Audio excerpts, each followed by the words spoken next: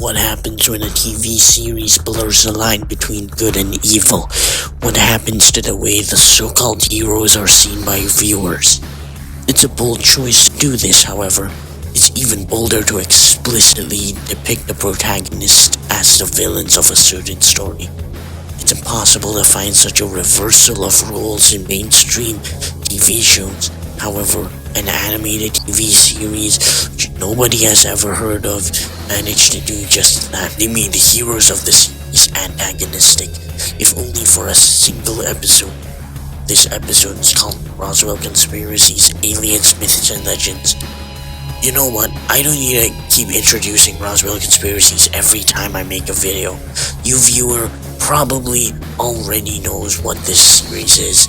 And maybe in the near future, these videos will help provide content for newly fledged Roswell Conspiracies fans created by the inevitable reality of Roswell Conspiracies copyright owners uploading the entire series to YouTube. If you are a new viewer, please subscribe to Roswell Conspiracies official channel, link in the description.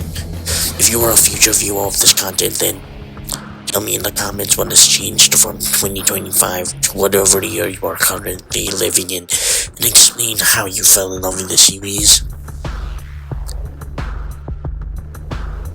The episode starts with a journalist giving a speech and accepting some kind of award, but this moment is cut short when a UFO is seen by everyone streaking through the sky and crashing into a nearby hotel.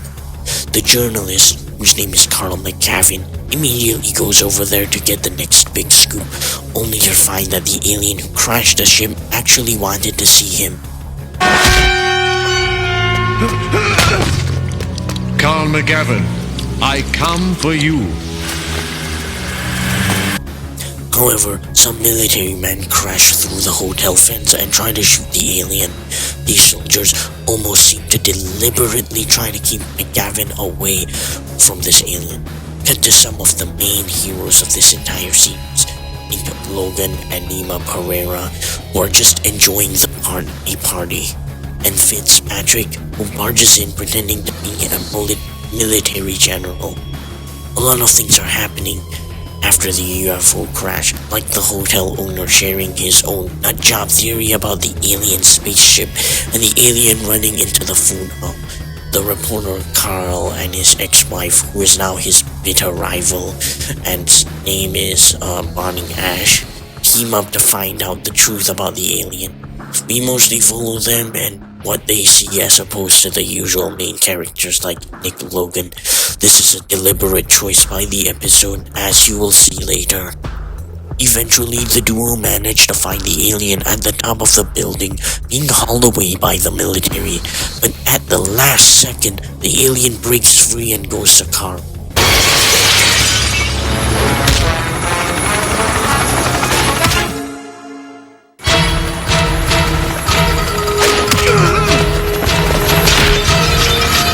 All this time, it's been trying to tell him something, but it is unable to do so because one of the soldiers electrocutes the alien. Just then, smoke suddenly fills the rooftop, and the alien is seen leaping onto a rope. Bonnie Ash, who's the other reporter, tries to ask the alien some questions, but the alien says 3 words that change the entire narrative. Free Karakla prisoners! She grabs the white-haired woman's boots, but they slip off, and the journalist is sent plummeting into the hotel, miraculously surviving the fall.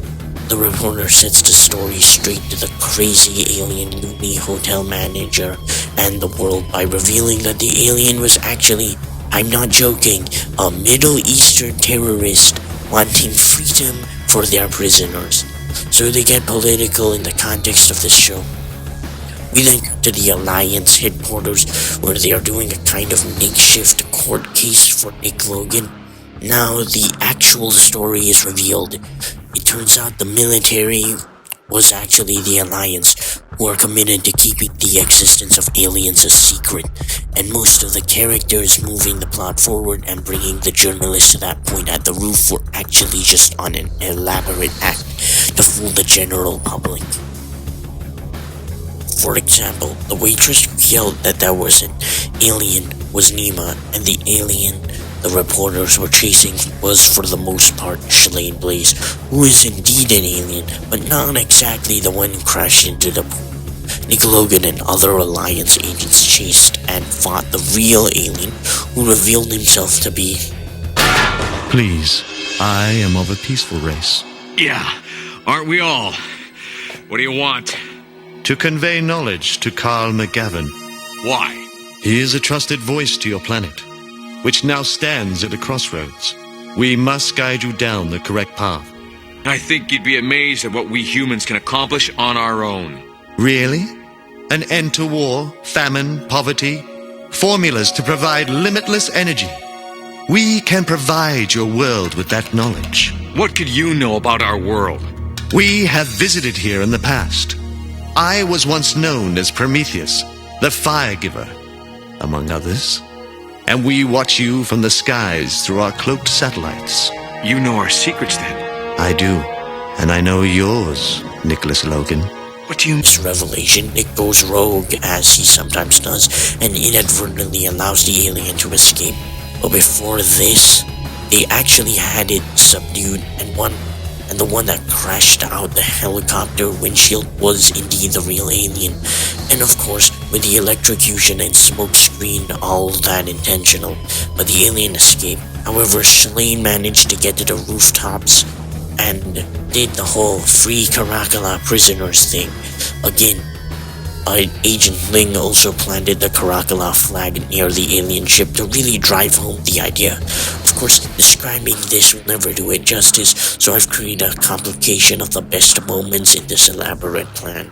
As we were tracking the Tribune saucer as it entered our atmosphere, classified as such by Agent Tai Yet's identification.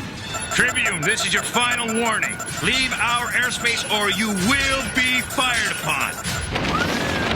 As Agent Ling proceeded to place the Caracalla flag decal in the saucer. I activated the fog processors placed around the hotel to limit visibility, then intercepted the arriving press as General Fitzwilly. Fitzwilly? Oh, give me a break. I was in position and in disguise, using my Banshee aura to duplicate the glowing appearance of the real Tribune. Oh! There! A Martian had ran into the banquet room! But he escaped. Dorian drew on him, only to have Agent Logan interfere.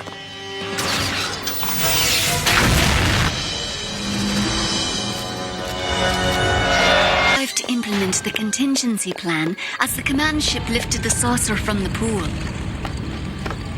Free Caracalla prisoners!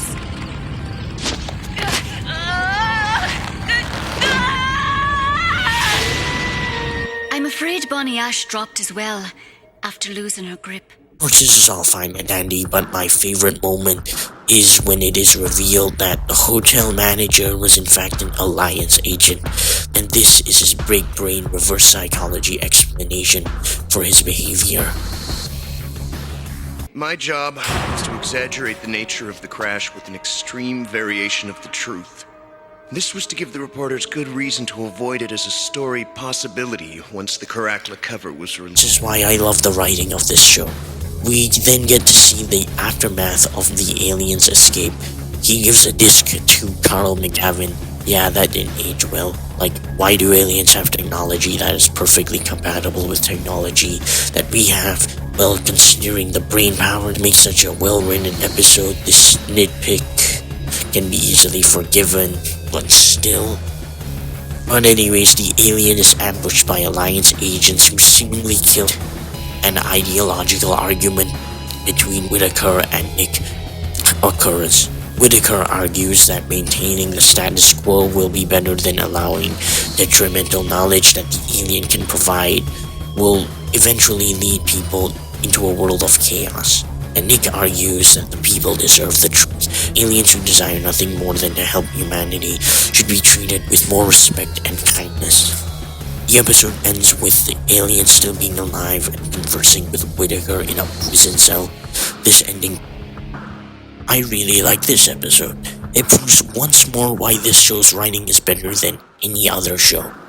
It doesn't treat the kids watching with simplicity, rather expects them to grasp complex story beats, reverse psychology, and even light social commentary. I love how the Tribune, which is the alien's name, is simply trying to convey the truth to humanity, and the Alliance, where the protagonists are trying to maintain a lie, is the Alliance who chooses violence and attacks the alien, who forcefully tries to capture it. Roswell Conspiracies likes to play with the morality. I think this is one of the only times the Alliance is explicitly wrong.